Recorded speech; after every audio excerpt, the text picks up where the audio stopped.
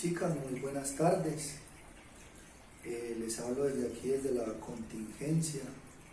Por aquí resguardadito, espero ustedes también lo estén haciendo todos estos días, ya que nos toca comunicarnos por estos escenarios. Por todo el tema de coronavirus, entonces acudimos a la virtualidad. Espero esta charla les sirva de mucho y les siga enriqueciendo cada día más sus conocimientos. Entonces quiero hacerles un poco de retroalimentación acerca de los temas que venimos trabajando en el curso de criminalística de la línea de énfasis de derecho penal. Recuerden que venimos trabajando todo lo que tiene que ver con los actos urgentes, partiendo del artículo 200 del Código de Procedimiento Penal, Ley 906 del año 2004. Veníamos trabajando todo lo que es el tema de la inspección al lugar de los hechos y hacíamos una explicación en clase acerca de en qué consistía el lugar de los hechos, dábamos una definición del lugar de los hechos y como estamos aplicando método científico e investigación científica, estábamos determinamos mejor las pautas a través de las cuales se lleva a cabo esa inspección, porque decíamos que como su nombre lo indica, no es una simple observación, no es una mera observación, sino que es un grado más profundo de auscultación que precisamente nos lleva a determinar la palabra inspección. Y decíamos cuáles eran los fines de la inspección y llegamos a una conclusión que no es otra que la recolección técnico-científica de los diferentes elementos materiales probatorios, evidencia física e información legalmente obtenida, que en palabras miguelianas lo denominamos empéfilos. Dábamos cuáles eran esos pasos para inspeccionar el lugar de los hechos, hablábamos del análisis del lugar del hecho y hablábamos de la recepción de información y verificación del hecho, hablábamos de la protección del lugar de los hechos, todo lo que tiene que ver con el acordonamiento y que en la mayoría de los casos pues hace parte del primer respondiente como la primera autoridad que llega al lugar y realiza ese procedimiento de acordonamiento para efectos de aislar la escena del lugar de los hechos de extraños, de terceras personas y contaminen o alteren los empéfilos que hay en el lugar de los hechos. Hablábamos también del procedimiento de documentación del lugar de los hechos, en donde previamente ya hemos seleccionado un método de búsqueda, hablábamos del método por zonas o cuadrantes, del método punto a punto, del método radial, del método en espiral, y hacíamos unas recomendaciones en donde recomendamos uno de los métodos más actuales, modernos, en lo que tiene que ver con el procedimiento de fijación de los elementos materiales probatorios, el método por cuadrantes. Dentro de ello hablábamos entonces de esa documentación de la fijación de los diferentes empéfilos y nos referíamos básicamente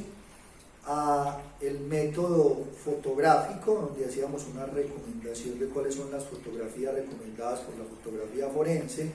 no solo al lugar de los hechos, sino también cuando se trata de la inspección técnica al cadáver, que es el tema precisamente objeto de esta charla. Hablábamos de los tipos de fotografías, planos generales abiertos, planos generales cerrados, primeros planos, primerísimos planos o fotografías de detalle. Hablábamos de las fotografías que se le deben tomar al cadáver, particularmente la fotografía de filiación, que tiene que ver desde el tronco hacia arriba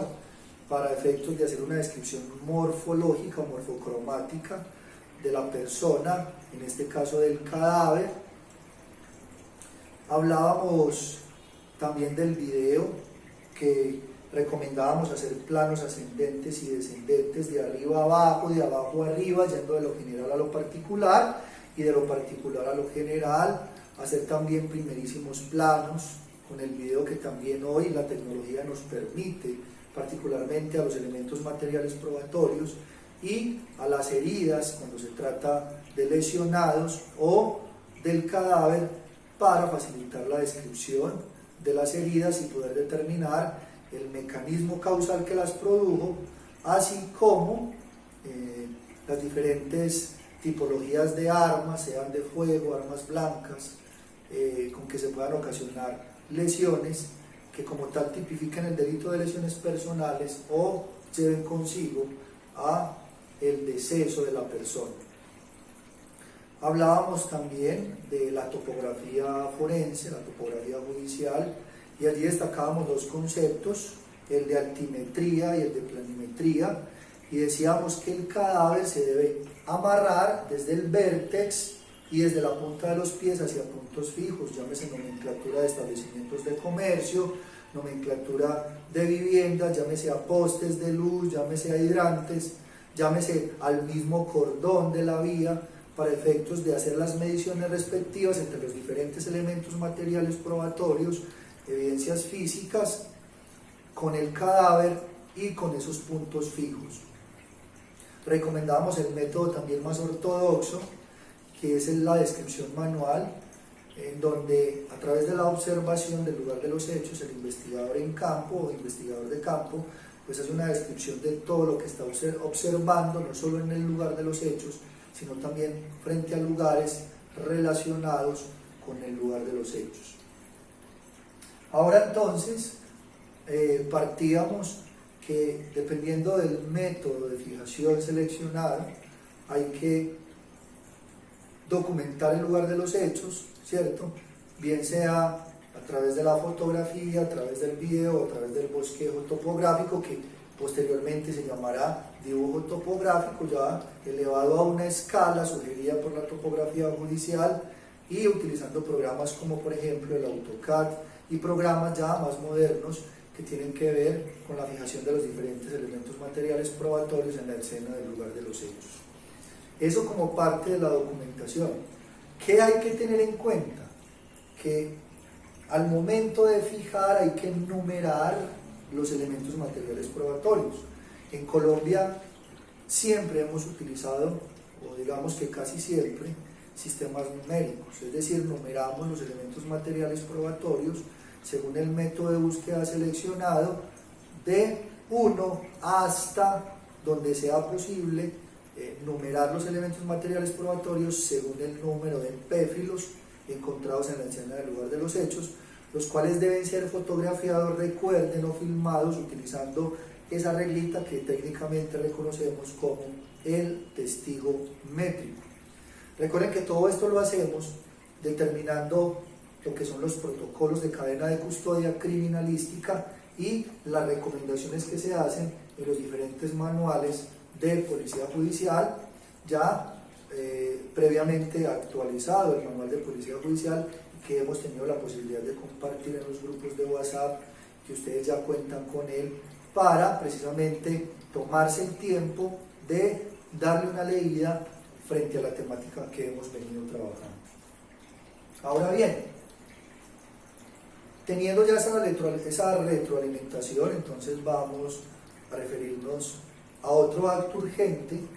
que es coetáneo a la inspección al lugar de los hechos, y es la inspección técnica al cadáver, sin dejar de manifestar que el lugar de los hechos se debe inspeccionar no solo cuando se cometen delitos de homicidio, de feminicidio, que son como los que más tenemos a la vista, los que observamos por televisión, en películas, en series, y en la vida real, con la violencia tan generalizada que vemos sobre todo en nuestras comunas, en la ciudad de Medellín y en general en todo el territorio nacional. El lugar de los hechos es donde se comete cualquier tipo de conducta delictiva, no solo donde se comete, reitero, un homicidio, un feminicidio o un delito sexual, es donde se comete cualquier conducta delictiva de las señaladas en el Código Penal, Ley 599 del 2000. Pero entonces, refirámonos ya a lo que es la inspección técnica al cadáver. Entonces, recordemos que hace parte también de los actos urgentes, referenciados a partir del artículo 200 del Código de Procedimiento Penal, y como acto urgente, recuerden que es un acto de investigación que no requiere autorización judicial previa para su realización, por cuanto hace parte de los actos de investigación que desarrollan las instituciones que cumplen funciones de policía judicial, que ya sabemos quiénes son, no sobra reiterar el cuerpo técnico de investigación de la Fiscalía, la Policía Nacional en sus cuerpos DIGIN nacional, SIGIN local, también aquellas instituciones que cumplen funciones de policía judicial con carácter transitorio, con carácter permanente especial, ¿cierto? Como las que ya referenciábamos, y aquellas que encomienda de carácter transitorio el señor Fiscal General de la Nación a través de acto administrativo y por un tiempo determinado. Entonces, la inspección técnica al cadáver se circunscribe entonces dentro de esos actos que la Policía Judicial realiza por iniciativa propia. Recordemos qué es la iniciativa propia o en qué consiste la iniciativa propia. Nada más o nada diferente a que no se requiere ni orden del fiscal, ni control judicial previo, ni control judicial posterior, y por una sencillísima razón, y es que con ocasión de ese acto investigativo no se están afectando derechos fundamentales constitucionales de los consagrados, valga la redundancia, en la Constitución política o en la ley dentro de los denominados principios y normas rectoras de la ley penal colombiana. ¿Qué debemos entender entonces en esta diligencia de inspección técnica al cadáver? ¿Qué entendemos entonces por el cadáver? ¿Qué debe ser entendido como el cadáver? Entonces podemos significar que el cadáver es un cuerpo sin vida, no solo producto del delito de homicidio o del delito de feminicidio. También debemos entender que el cadáver puede tenerse como aquel producto de un accidente, de un suicidio o de una muerte cuya causa no es posible determinarla al momento de la inspección. Entonces será el órgano máximo con ese carácter técnico-científico, el cual es el Instituto Nacional de Medicina Legal y Ciencias Forenses, el encargado de determinar entonces, como una de las finalidades entre varias de las necropsias médico-legales, determinar la causa de la muerte. Ese es entonces lo que debemos entender por el cadáver. Dentro del contenido de los artículos 213 y 216 del Código de Procedimiento Penal, concretamente en el artículo 214, nuestro legislador nos habla entonces de la inspección al cadáver. Entonces, ¿qué es lo que tenemos que hacer? Hay que recordar varias situaciones. La primera de ellas es que cuando se inició con todos estos protocolos, en la época en que surge la Fiscalía General de la Nación, previo a ellos existía una institución que se denominaba DECIPOL, y DECIPOL eran los encargados de realizar las inspecciones al lugar de los hechos, lo que se conoce hoy básicamente como los actos urgentes, entre ellas la inspección técnica al cadáver. A los que tuvimos la posibilidad de presenciar en esa época denominados levantamiento de cadáver, hoy técnicamente inspección técnica al cadáver, veíamos cómo el cadáver era manipulado en el lugar de los hechos, situación que no es posible hacer el día de hoy dado los protocolos de cadena de custodia y los manuales de policía judicial, por cuanto la principal recomendación que se hace es que el cadáver no se debe manipular. Simplemente lo que hay que hacer con el cadáver es fijarlo, porque es elemento material probatorio, es evidencia física, y hay que tener en cuenta que es fuente principal de información. Recuerden que en el cadáver, en aras del principio que mencionábamos de intercambio y transferencia de LOCAR, en donde se da a entender que el victimario siempre va a dejar huellas, rastros, vestigios, producto de la comisión del delito, de su participación, de su autoría en la comisión del delito, siempre vamos a tener una posibilidad de relacionarlo, en cuanto a que siempre se ha dicho que no hay crimen perfecto, no hay delito perfecto, que logran determinar eso que los profes constantemente nos refieren, particularmente en penal general, de la teoría del nexo causal. Entonces, como la norma, partiendo de la prueba, nos permite hablar de ese nexo de causalidad, de relacionar a esa persona que cometió el delito, ¿cierto?, con el hecho como tal, y a través de la prueba cómo logramos enlazar, ¿cierto?, esa participación o esa autoría en la comisión de ese delito para en su debido momento ordenar sus capturas, ¿cierto?, llamarlo a responder, investigarlo y judicializarlo dentro del procedimiento penal respectivo, como ya conocemos, que nos determina la ley 906 del 2004. Entonces simplemente el cadáver se nos muestra es que lo debemos fijar, que lo debemos embalar, que lo debemos rotular y lo debemos enviar a medicina legal para que medicina legal, recuerden, en el formato de solicitud de análisis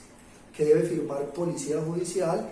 para que en medicina legal el médico legista respectivo, el que esté de turno, pues pueda llevar a cabo ese procedimiento que denominamos necropsia médico-legal, y que es necropsia médico-legal porque es con fines de una investigación criminal, con fines de una investigación judicial.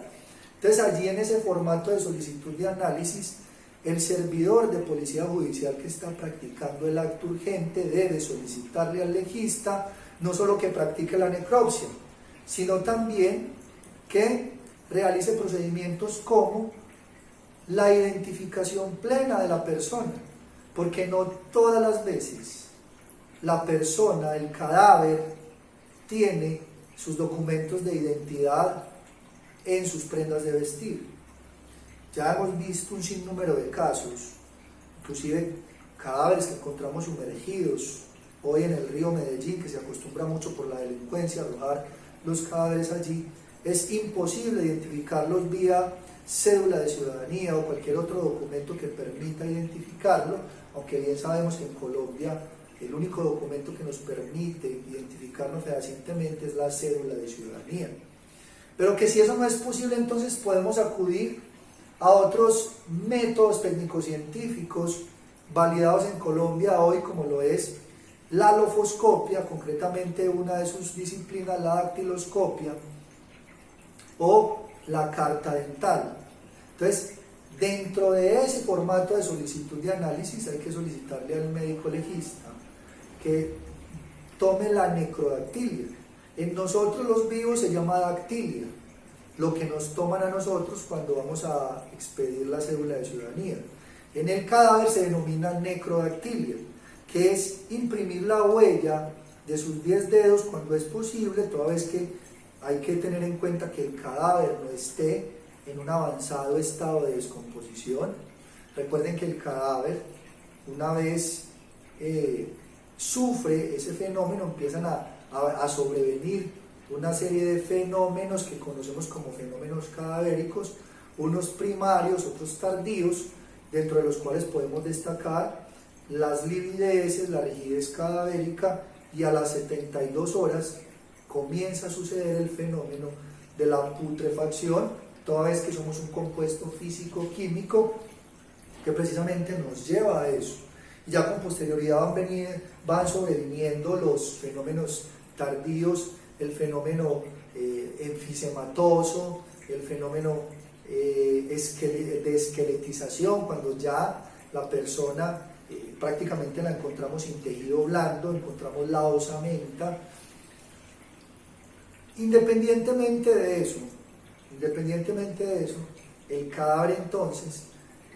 debe tomársele las necrodactilias para efectos de plena identidad o plena identificación. Ahora bien,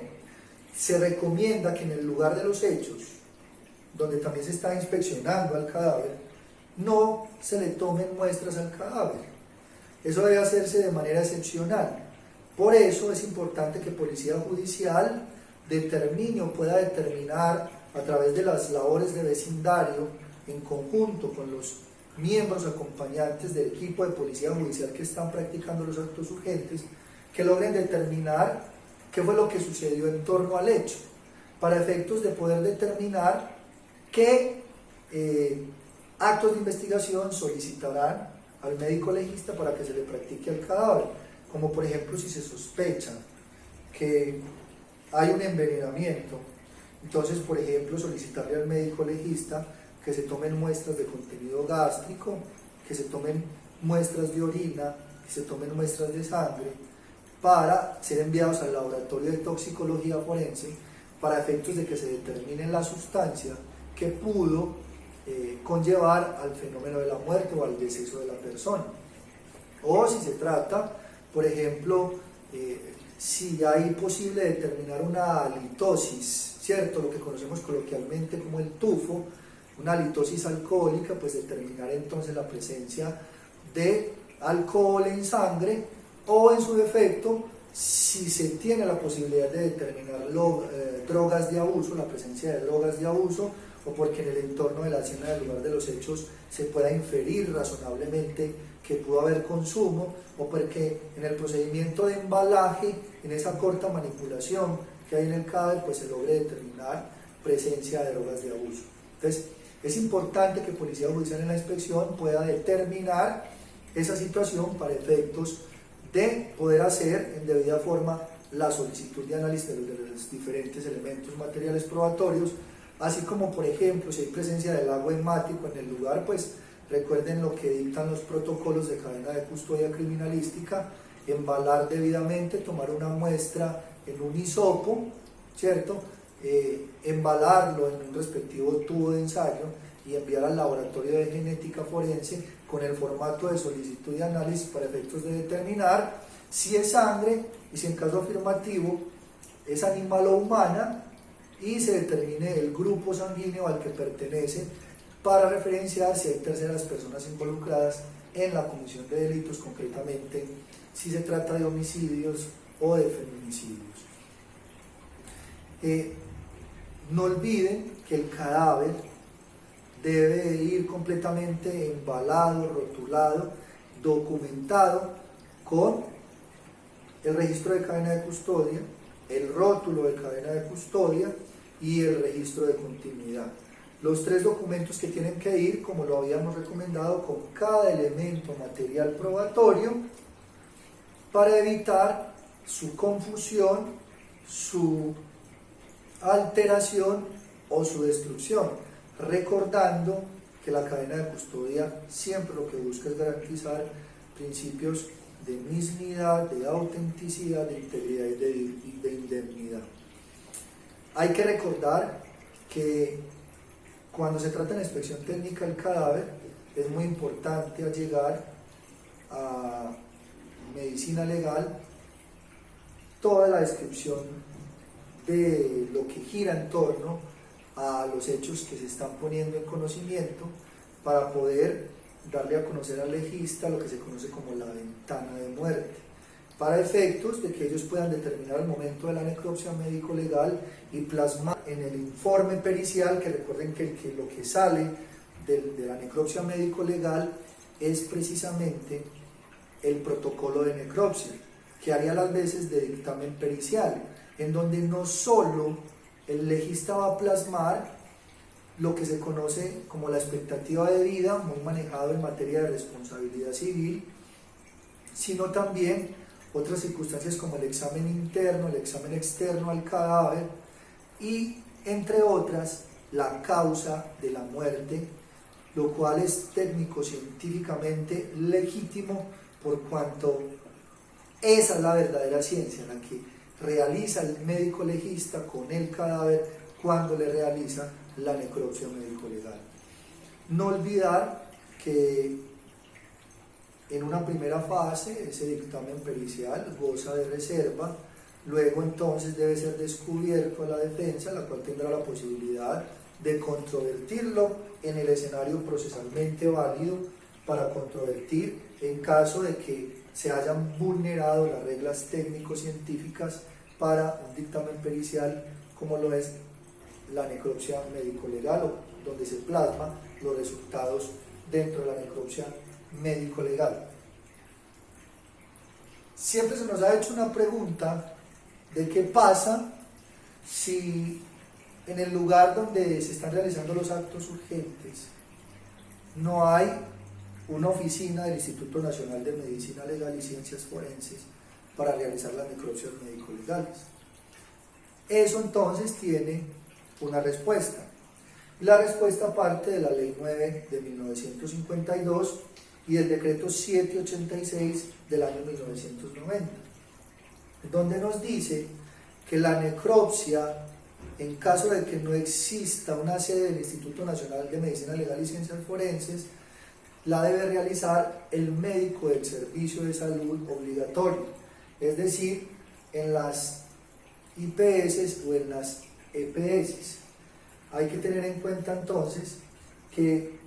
esos médicos del servicio social obligatorio son los que deben continuar realizando, en caso de falta del Instituto Nacional de Medicina Legal, las necropsias médico-legales, pues por cuanto como nosotros los abogados vemos durante toda la carrera, todas las áreas del derecho, los médicos no son ajenos a la medicina forense para conocer de las necropsias médico-legales, solo que sí podemos encontrar muchísimas deficiencias en médicos generales realizando necropsias médico-legales, por cuanto no tienen determinado en muchos casos la finalidad de las mismas. ¿Cuáles son, entre otros, los fines de las necropsias médico-legales? Abiertamente, entonces nos va a decir que para establecer las causas de la muerte, la existencia de patologías asociadas a la muerte, aportar información necesaria para realizar el registro civil de defunción, nos va a servir para establecer el diagnóstico sobre el tiempo de ocurrencia de la muerte. Recuerden que muchas veces, sobre todo cuando encontramos osamentas en fosas comunes, es posible determinar cuánto tiempo llevaba esos restos óseos ahí, y no solo por la medicina legal, sino por una disciplina que la mencionábamos en las primeras clases, y es la entomología forense, partiendo de la entomofauna cadavérica, que recuerde se encarga de estudiar todo lo que son los bichos, las larvas, las moscas que fecundan el cadáver, que fecundan la osamenta, y que según la permanencia del cadáver en esa fosa, pues van apareciendo durante determinado tiempo, por cuanto esas larvas tienen un periodo de maduración. También nos van a contribuir para determinar la identificación del cadáver, como referenciábamos hace un momento, para determinar en las circunstancias en que ocurrió la muerte, la manera como se produjo, precisamente como cuando hablábamos en la definición, si fue homicidio, si fue suicidio, si fue un accidente, etcétera. Determinar